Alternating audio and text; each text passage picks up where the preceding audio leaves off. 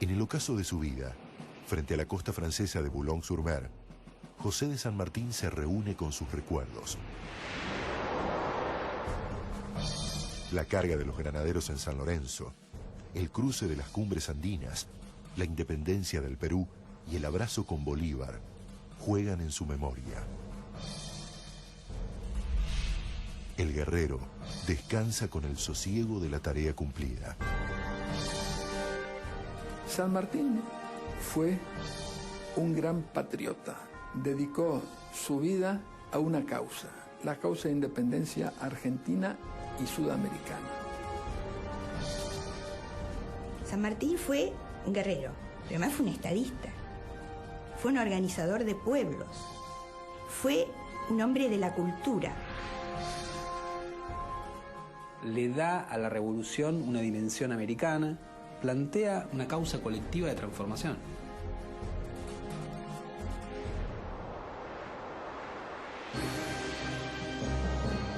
José de San Martín, la epopeya de un grande.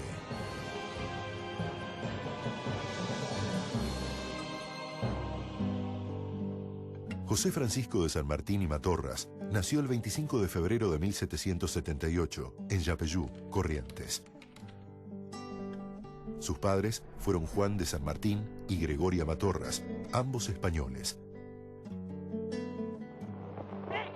José Francisco de San Martín, yo te bautizo. Fue el menor de 5 hermanos, una mujer y 4 varones. Y todos los varones siguieron, igual que José, la carrera militar. Juan de San Martín era capitán del ejército y se desempeñaba como teniente gobernador de Yapeyú. El padre de San Martín ordenó la administración y reorganización de la defensa militar de Yapeyú, que era atacada en forma reiterada por portugueses, charrúas y minoanes.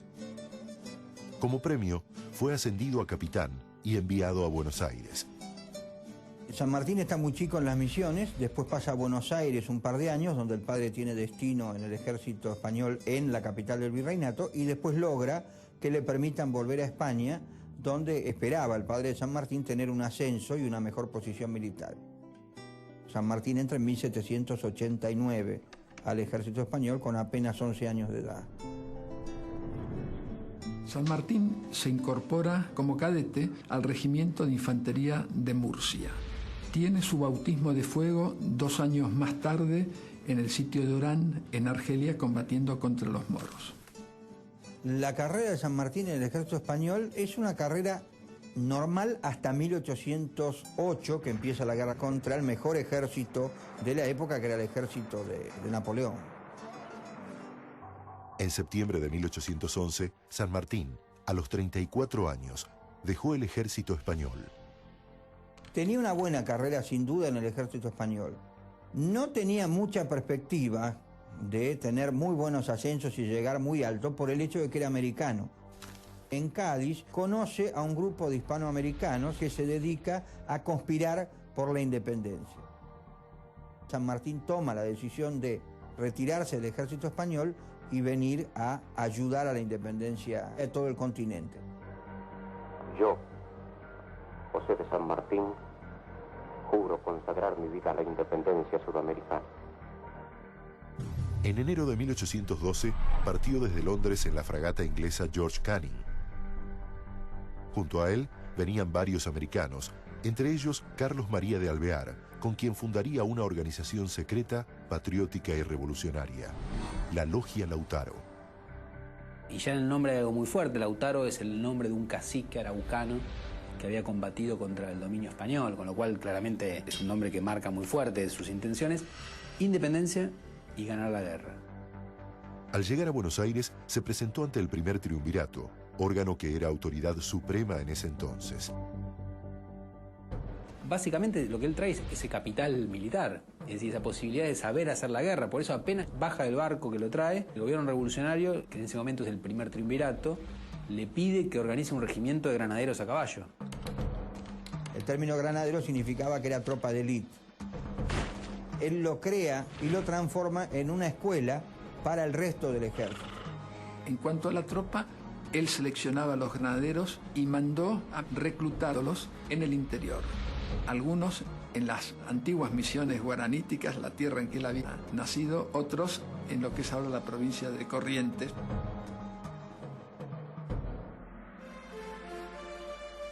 El teniente coronel se incorporó a la sociedad criolla y el 12 de septiembre de 1812 contrajo enlace con Remedios de Escalada. Alvear pertenece a una familia patricia porteña muy grande y tiene contactos locales muy fuertes. San Martín no los tiene, pero los va a obtener. Primero a partir de su amigo Alvear y casándose rápidamente con una integrante de una familia muy importante, que son los Escalada. Ella tenía casi 15 años y él tenía 34. Pero la diferencia de edad en esa época no era un obstáculo, porque en realidad las familias preferían que las jovencitas se casaran con hombres grandes, maduros y ya consolidados económicamente. Y San Martín ya venía a ocupar un espacio muy importante dentro de la Revolución y entonces fue muy bien recibido en los salones.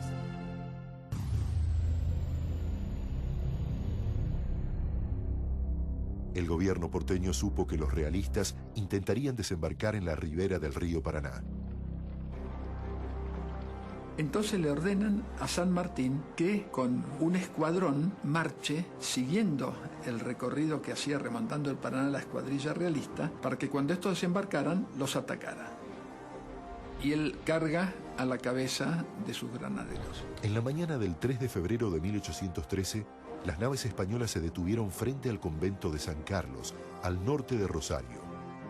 Oculto, con 140 hombres, San Martín los vigiló desde la noche anterior. Cuando desembarcaron, los tomó por sorpresa. El combate duró 15 minutos. Los granaderos superaron a los realistas, les provocaron numerosas bajas y los obligaron a huir. En el combate, San Martín cayó bajo el cuerpo de su caballo herido. El soldado Juan Bautista Cabral, que lo ayudó a salir de ese trance, fue muerto. La importancia que tuvo el combate de San Lorenzo fue que le permitió a San Martín ganar la confianza de la población de Buenos Aires, que antes tenía desconfianza de este oficial que había servido en España, y foguear a sus granaderos.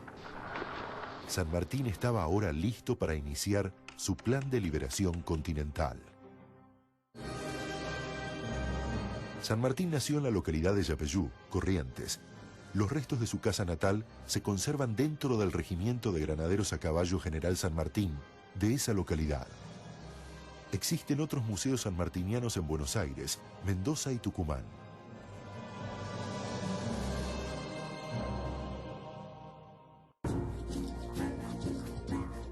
El ejército del Perú, al mando del general Manuel Belgrano, había triunfado en Salta y Tucumán.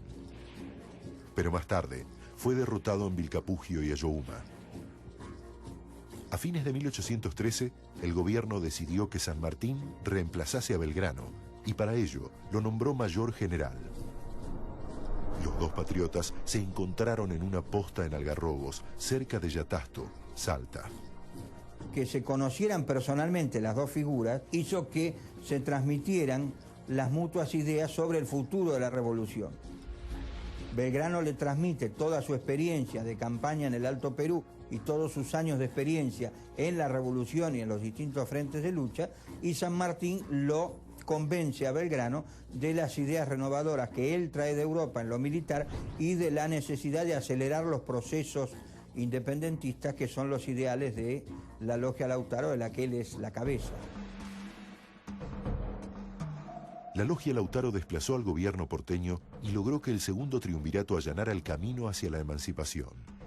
¿Para qué lo hacen? Para que el segundo triunvirato convoque a una asamblea constituyente, que es la asamblea del año 13. La misión de esa asamblea, según San Martín, era fundamentalmente declarar la independencia. Y de 1812 a 1815, la logia a la que él pertenece es la que controla los destinos de la revolución. El problema que él tiene es que cae en desgracia con el máximo referente de la logia, que es Carlos de Alvear. Y entonces, cuando él pide ser gobernador de Cuyo, pensando en su plan de cruzar los Andes, se lo dan por casi un ostracismo visto desde Buenos Aires.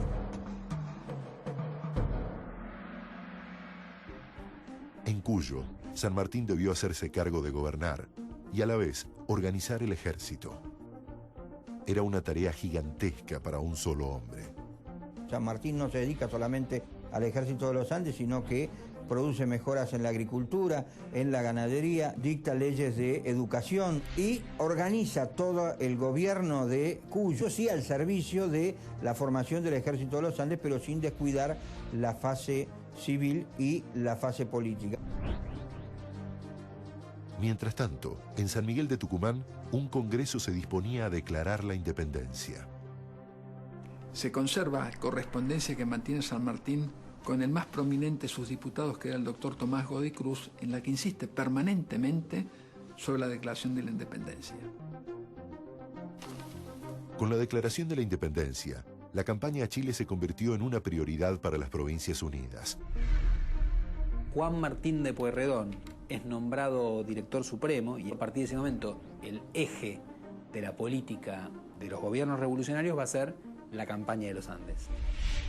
Para ese momento, Remedios ya se había trasladado a Mendoza y el 24 de agosto de 1816 nació la única hija de ambos, Mercedes, que pronto fue conocida como la Infanta Mendocina.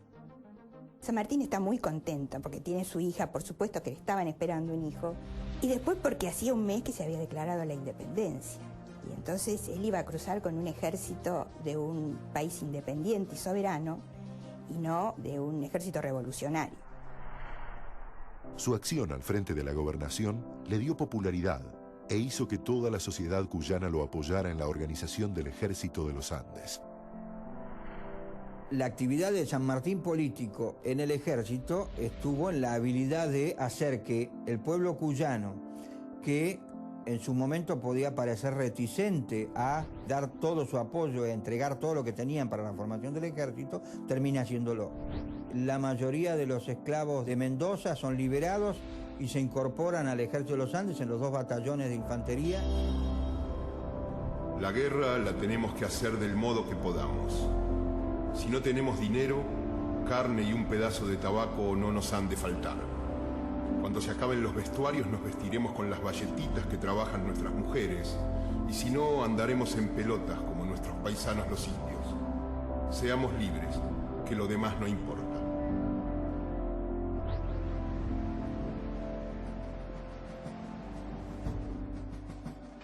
Era una fuerza formidable, integrada por 3 generales, 28 jefes, 207 oficiales, 3.778 soldados combatientes, 1.392 soldados auxiliares, 18 piezas de artillería, 1.500 caballos y 9.280 mulas. Hasta ganado en pie se llevó durante el cruce. No hay otra campaña a través de una cordillera importante que se hiciera a tan bajo costo. Y eso fue por las previsiones tomadas por San Martín. El 5 de enero de 1817 hizo jurar la bandera del Ejército de los Andes y 4 días más tarde dio la orden de partida. Cruzar la cordillera andina era una proeza nunca antes intentada por un ejército. San Martín, que ya tenía 40 años, hizo gran parte de la travesía aquejado de dolores abdominales y mal de alturas. Muchas veces se compara el cruce de los Andes con el cruce de los Alpes por Aníbal, 2000 años antes, o por Bonaparte, un par de décadas antes. Aníbal y Napoleón cruzaron por una parte de los Alpes bastante menos alta y complicada que los Andes que cruzó San Martín. Aparte, Napoleón y Aníbal cruzaron una sola cadena de los Alpes. San Martín tuvo que cruzar 2 cadenas montañosas, casi 3. Es cierto que para la época y para lo que había sido la guerra de independencia hasta ese momento es una empresa de muchas mayores proporciones y de mucha más dificultad. Y ahí la figura de San Martín es fundamental porque solo alguien con realmente capacidades técnicas militares profesionales podía dirigir un ejército de esas dimensiones. El Libertador dividió sus fuerzas en 3 columnas y puso en práctica un plan para desorientar a sus enemigos. La guerra de Zapa es el nombre que dio San Martín a lo que ahora le llamamos acción de inteligencia y acción psicológica. San Martín desarrolló actividades de espionaje, contraespionaje, velo y engaño y propaganda. Por eso se hace el parlamento con los indios en el sur de la provincia de Mendoza, en el cual San Martín les pide permiso para atravesar la cordillera por su territorio para invadir por el sur Chile. Ese solo hecho no lo iba a engañar al capitán general de Chile, pero lo mantenía en la incertidumbre. Por eso, teniendo el ejército realista efectivos superiores al de San Martín, se vio obligado a distribuirlos en un frente de 800 kilómetros. De esa manera engañó a los realistas, haciéndole creer que iba por un punto o por otro, de tal manera que los realistas subdividieron su ejército porque no sabían por dónde iba a llegar. San Martín logró llegar a Chile con su ejército prácticamente intacto.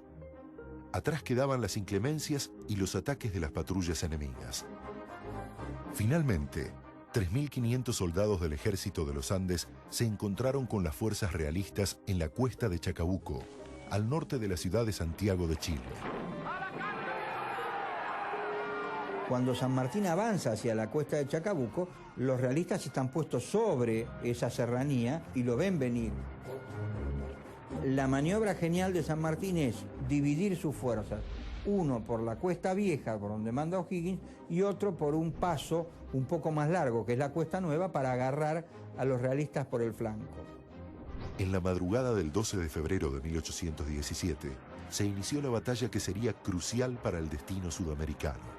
Duró 10 horas y fue una victoria absoluta para las fuerzas patriotas. El ejército realista queda completamente derrotado e inicia una retirada en desbandada hacia Santiago. Otra parte del ejército realista se repliega en derrota y se retira hacia el sur de Chile y forma una resistencia en el sur, pero Santiago cae.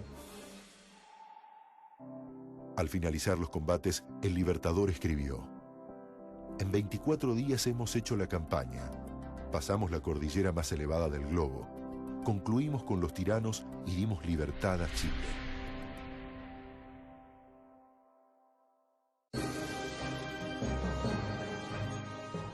Además de calles con su nombre en cada ciudad argentina, la obra de San Martín es recordada a lo largo de toda la capital nacional. En las avenidas San Martín, Callao, Nazca, Patricias Argentinas y Libertador, y en las calles San Martín, Granaderos y Talcahuano. Es el prócer que tiene referencias más numerosas en la toponimia del país.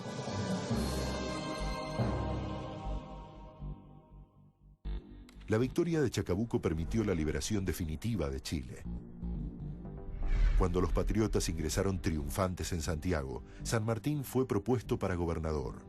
San Martín entra en Santiago, ahí se convoca un cabildo abierto que le ofrece a San Martín el cargo de director supremo. San Martín lo rechaza y lo hace recaer en O'Higgins, su colaborador y amigo, que era chileno. San Martín queda como comandante en jefe del Ejército Unido porque se forma un ejército chileno que se une al de los Andes. Tras donar los 10.000 pesos que recibió por premio para que se fundara una biblioteca pública, viajó a Buenos Aires. Allí se enteró de las luchas intestinas entre el gobierno porteño y los caudillos provinciales. San Martín debe volver de Chile con su ejército para decidir nuestra lucha política. No volver sería una traición a la patria. Necesitamos ganar la guerra civil.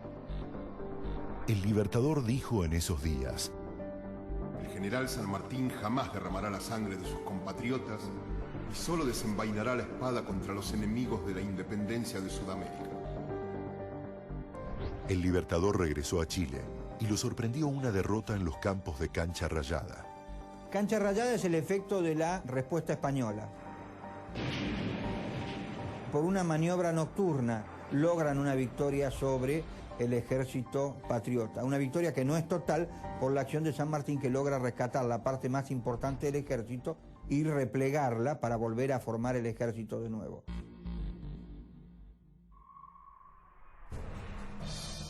El 5 de abril San Martín enfrentó en Maipú a los realistas comandados por el general Osorio. Los derrotó y acabó con las fuerzas enemigas en tierra chilena. A partir de entonces cambia la iniciativa. Ahora los patriotas tienen una actitud estratégica ofensiva y el virrey del Perú se ve limitado a una actitud defensiva. La batalla de Maipú incidió en toda la América del Sur, no solamente en Chile y en la Argentina. El siguiente desafío era liberar al Perú. Para ello, contrató al almirante británico Thomas Alexander Cochrane y una escuadra compuesta por 9 barcos de guerra, 14 mercantes y 11 lanchas cañoneras. Cochrane condujo la escuadra que transportó a la expedición libertadora al Perú y logró el dominio del Pacífico, del cual borró prácticamente a los barcos realistas. Cochrane era básicamente un marino británico que buscaba el interés personal y San Martín tenía otros fines. Por eso chocan en determinado momento Cochrane y San Martín. El 8 de septiembre de 1820, el Ejército Libertador desembarcó en Paracas, al sur de Lima. San Martín quiere llegar a Perú y lograr la independencia sin efusión de sangre. Y quiere que el Perú se declare independiente por convencimiento y sin tener que derrotarlos militarmente. Contaba en que una vez que desembarcara, la población peruana se iba a sumar a la causa de independencia y a poder formar un poderoso ejército peruano. Pero esto no ocurrió. En inferioridad numérica, San Martín envió sus fuerzas a distintos puntos del Perú para debilitar a las tropas adversarias. El regimiento Numancia, formado por venezolanos enrolados en el bando realista, decidió regresar al bando patriota. El 28 de julio de 1821 se declaró la independencia peruana y San Martín fue proclamado protector del Perú. Acepta el gobierno con el título de protector porque quería mantener en su mano el poder político y militar para seguir la guerra que todavía estaba lejos de terminar. Todo lo que es la estructura del primer Perú independiente la hace San Martín como protector del Perú. Propone la creación de escuelas, modifica las universidades, la transforma en universidades del Estado, crea la biblioteca pública. Se preocupó de conservar las reliquias de los incas, creó un museo para que nadie se las llevara a Europa. Dio dignidad al indio. Desde ese momento, por un decreto, ya no se les llamaba más indios ni naturales, debían ser considerados ciudadanos del Perú. Pero los realistas mantenían un bastión en Quito, Ecuador. El lugarteniente de Simón Bolívar, Antonio José de Sucre, pidió asistencia a San Martín, quien le envió una división completa de soldados. Con estos refuerzos, Sucre triunfó en Riobamba y Pichincha. Era preciso que la lucha por la emancipación americana se unificara. San Martín y Bolívar se reunieron el 27 de julio de 1822 en Guayaquil, Ecuador. San Martín le solicitó a Bolívar que le diera apoyo para terminar la guerra de independencia en el Perú. Bolívar le dijo que no podía darle la cantidad de soldados y tropas que necesitaba San Martín sin la autorización de Colombia. Entonces San Martín le ofrece ser subordinado de Bolívar. Bolívar aparentemente le dice que nunca podía ser sus superiores y que son iguales. Pero San Martín cree entonces ahí sí que el problema es él y que tiene que decidirse a renunciar al mando del Perú para dejarle a Bolívar toda la gloria de finalizar la independencia. San Martín renunció a sus cargos en el Perú y emprendió el regreso a Buenos Aires para reencontrarse con su familia. Advertido de una posible emboscada de sus enemigos internos, una tragedia mayor ocurrió mientras postergaba su partida. Él estaba en Mendoza cuando muere Remedios y justamente no puede llegar a tiempo porque sabía que estaban esperándolo los rivadavianos para detenerlo o matarlo en el camino. Se encuentra solo con su hija pequeña y sin ningún apoyo en Buenos Aires, porque el gobierno de Buenos Aires no le es afecto por el hecho de que San Martín en determinado momento no ha querido dejar de lado la guerra de independencia para apoyar a los porteños en su lucha contra el interior. San Martín no quería pelear con sus hermanos y antes que nada y antes que su familia estaba su misión, la que había cumplido y no quería manchar. Junto a su hija Mercedes, el 10 de febrero de 1824, el Libertador partió a Europa con una misión diplomática. Tras la caída de Napoleón, se forma la Santa Alianza. La Santa Alianza era favorable a que España recuperara sus posesiones en América. No tenemos que descartar que uno de los motivos que tenía era lograr el reconocimiento por parte de las potencias europeas de la independencia de los nuevos estados que todavía no habían sido reconocidos. La definitiva independencia americana no estaba lejos. El 9 de diciembre de 1824, el mariscal Sucre derrotó en Junín y Ayacucho al último ejército realista que resistía en el Perú. Los restos de San Martín fueron repatriados el 12 de octubre de 1880. En su testamento había pedido que su cuerpo fuera depositado en la catedral porteña. Por falta de espacio, permanece en posición vertical en el cenotafio que lo aloja en un ala de la Catedral de Buenos Aires.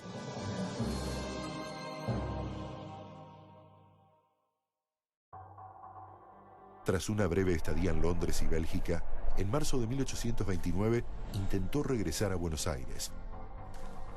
Llega a Buenos Aires, se entera que había estallado nuevamente la guerra civil por la revolución de Lavalle, el fusilamiento de Dorrego, y decide mantenerse al margen. San Martín permaneció unos meses en Montevideo. Juan Lavalle y Manuel Dorrego habían sido sus subordinados en la gesta libertadora. Luego, al ver que los enfrentamientos no se aplacaban, volvió a Europa. El exilio de San Martín nunca está desprovisto de contacto con el Río de la Plata, ni de contacto con Chile, ni de contacto con Perú. San Martín recibía las visitas de cuánto chileno, peruano, argentino importante iba a Europa, quería visitar. Entre los argentinos, Sarmiento, Alberdi, Varela.